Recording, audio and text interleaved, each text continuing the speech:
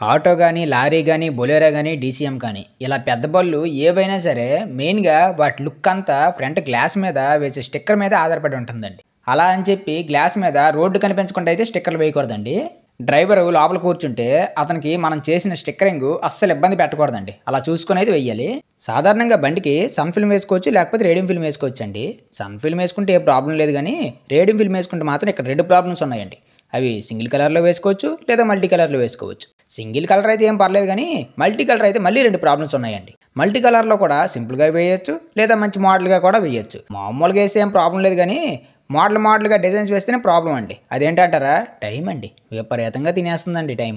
మరి ఏం చేస్తాం? కొన్నిసార్లు కస్టమర్ చెప్పకపోయినా సరే ఆర్టిస్ట్ అన్నోడికి పనితనం చూపించుకోవాలనే కుతూహలం ఉంటుందండి.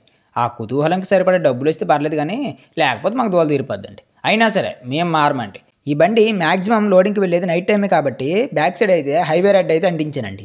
అదండి ఈ వీడియో. మిగతాది నెక్స్ట్ వీడియోలో చూద్దామే.